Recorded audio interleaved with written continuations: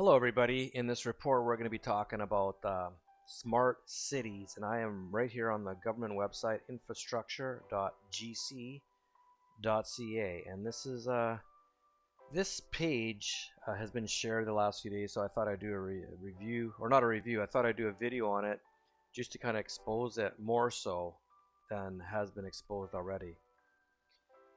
So this map here, basically, it shows. Well, basically what it does here. Okay, so this website owned by the government of Canada is some kind of competition that all these different cities, including the city of Vancouver, you can see if I can do it based on population, so you can see the largest cities: Toronto, Montreal, Calgary, Ottawa, Edmonton, Mississauga, Winnipeg, Vancouver, Brampton, Quebec City, and I'll just show 100 entries.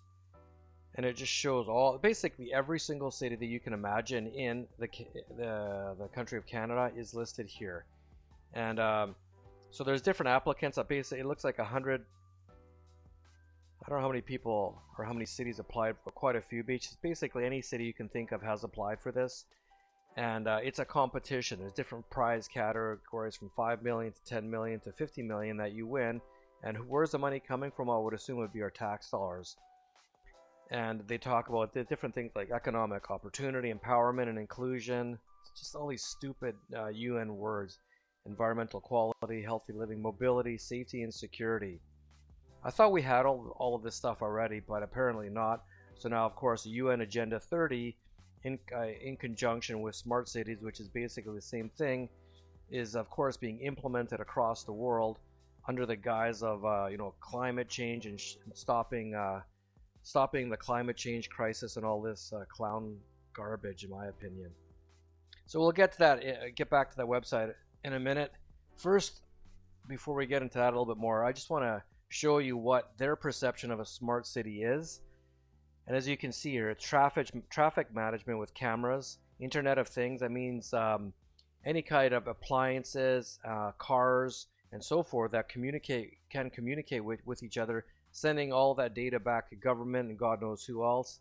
They state public safety. Well, Vancouver is not very safe. Smart health, intelligent shopping, education, smart environment, air pollution, open data, electronic magnetic emissions, smart buildings, smart homes, smart street lights, waste management, electronic vehicle charging, smart parking, water quality, smart energy, gas, and water leak detection. So these smart cities encompass everything.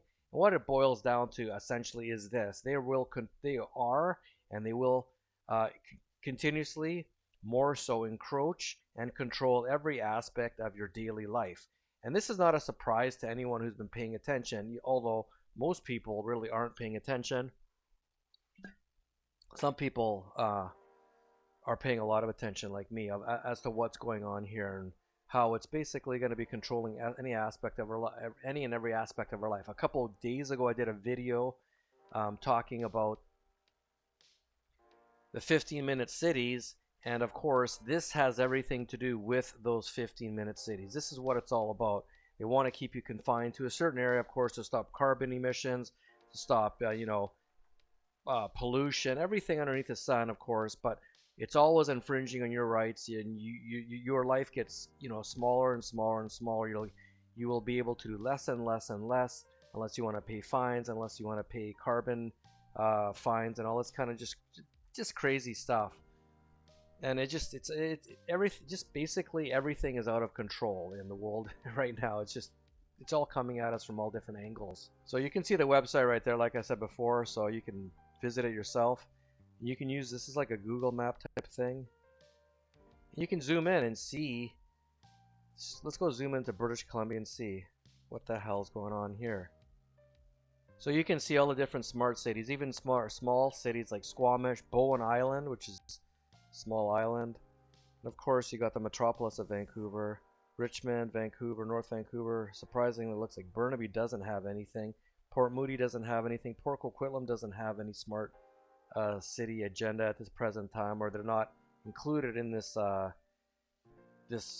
prize thing that they're doing here. Applicants and all this stuff. Surrey's big, Langley, Maple Ridge, so forth. All the different cities, right? So then you can see what the different actions each city is going to take. If you go to the city of Vancouver, when you hover over, you can see zoom to community, which will basically zoom into that community. The second thing, application details, and finalist profile. So let's see what kind of application details they want to do. So their website is smarttogether.ca. So they want to basically have autonomous shuttles between, I think it was between Surrey and Vancouver, will implement Canada's first two collision-free multi-mode transportation corridors. And then they have autonomous shuttles, smart mobility infrastructure, advanced data analytics, and enhanced user experience. So a lot of this stuff you'd actually have to really dig deep to understand what is smart mobility infrastructure, what is advanced data and analytics, and what construes an enhanced user experience. And they go on to say the different technologies that they're going to use. Artificial intelligence looks like a big one. Augmented reality, how does that fit into a smart city? I don't understand. Autonomous and connected vehicles. Autonomous, of course, means vehicles that can drive themselves. Big data analytics, cloud computing, environmental monitoring, geospatial, Internet of Things, mobile applications, open data platforms, video analytics. So a lot of this stuff is basically they're going to be spying on everything you're doing. They're going to be monitoring everything you're doing with all the different methods. They have your video. They've got the Internet of Things that communicates with appliances and other products, from your car to a bus, possibly to an e-bike. Who knows, right? Augmented reality is strange, so it doesn't make too much sense. I'll just open this and see and let's click on this, see where that goes. Okay, so I was playing around here and you can have all applicants, finalists, or just the winners. And you can see here there's 5 million, 10 million, and 50 million. And from the looks of it, the $5 million prize category, the winner is Bridgewater, Nova Scotia, with a population of 8,000 people. Nunavut communities, as well as Wellington County and City of Guelph, Ontario.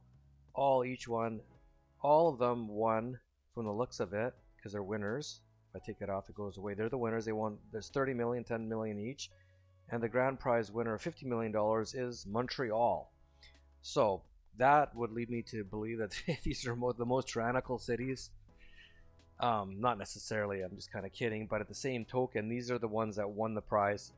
I don't know where the money's coming from, but all laughing aside, this is something that, yeah, it all sounds good. Inclusivity, smart cities. We're going to keep you can get to and from a lot faster from your place of business, where you work, to home and stuff like that. But then they don't look at other things. Like, they just legalize hard drugs in the city of Vancouver too, or they legalized hard drugs in the province of British Columbia on January 31st, and it's a pilot project that's going to be lasting for 3 years until January 31st, 2026. I did a video on that.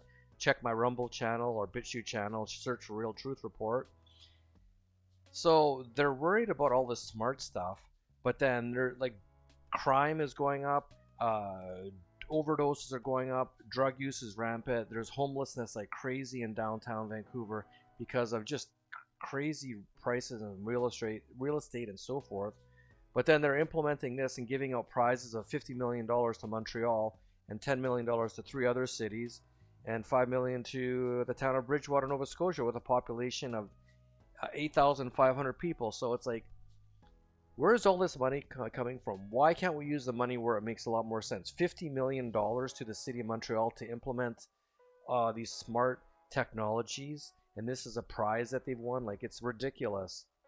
So here it states, what is the infrastructure of Canada? That was the website I was just on. It says here, the mission of Infrastructure Canada is to improve the quality of life of Canadians by creating jobs and economic growth, supporting climate resilience, and building a stronger and more inclusive Canada. All these stupid words, this climate crap, this inclusive bullshit, and then creating jobs. It's like, well, all the manufacturing jobs have been taken overseas years ago. Just same jargon over and over again. It means absolutely nothing. It's all UN agenda propaganda garbage. See, these smart cities sound great if you're not really paying attention, but once you start looking at this stuff and like traffic management, and like I said, I did a video the other day from Oxford, England, where they're basically trying to have a 15-minute city there, And if you don't have the right kind of pass, if your license plate isn't registered, well, the camera will pick up your license plate because they have license plate readers on these cameras. And if you're in the wrong neighborhood, or you're on the wrong day, then you'll get a fine in the mail. And this is all part of their smart city of, inclusivity and keeping everything carbon free and zero net emissions and zero carbon emissions. Zero carbon means we're not alive. So do you want to kill yourself? Because that's what at the end of the day, that's what all this shit means. It's like you're basically going to kill yourself in order to keep low emissions in your cities, because they don't want anyone moving. They want you stuck in your 15-minute city forever. And this is all part of that agenda. So that's why a lot of people are kind of up in arms.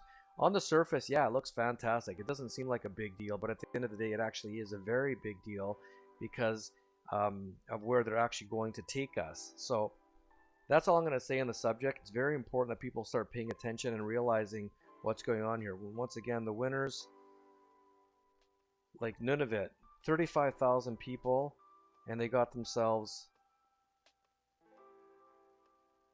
how much, where is it here?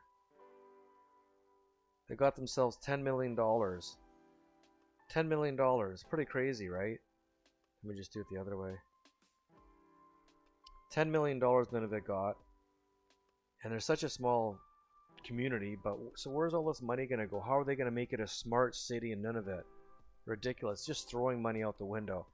Anyways, guys, that's about it for this quick video discussing smart cities and where to find this information on this Canadian website. And if you want to actually contact these people, look at the bottom. They have their emails and addresses and phone numbers, so you can contact them. One sec, is that the wrong one? So if you want to contact them, go to addresses. The other two web pages don't work. And they have a phone number and they have email addresses. That one doesn't work either. Which one works? I thought it was addresses. Phone numbers? Yeah, so phone numbers works. And they have all the different general inquiries about Infrastructure Canada email address. Different phone numbers. Toll-free. Media contacts. Contact the minister, who is Dominic LeBlanc. There's all his information. So contact these people and ask them, what is this all about? Where are you implementing 15-minute cities, and etc.? Contact these people. Here's the information. You can see it's infrastructure.gc.ca/contact. I think if I could delete that, it probably still goes to the same place. Nope.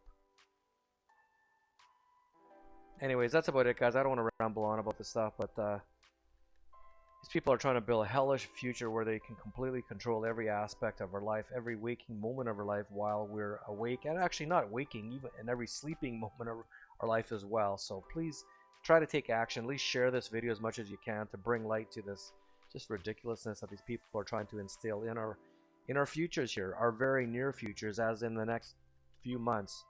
It's all coming to fruition. It's all happening. Hit the like button, hit subscribe, share this video all over social media, and please subscribe to my Rumble channel, rumble.com/user/RealTruthReport. Thanks a lot, guys. Have a fantastic day.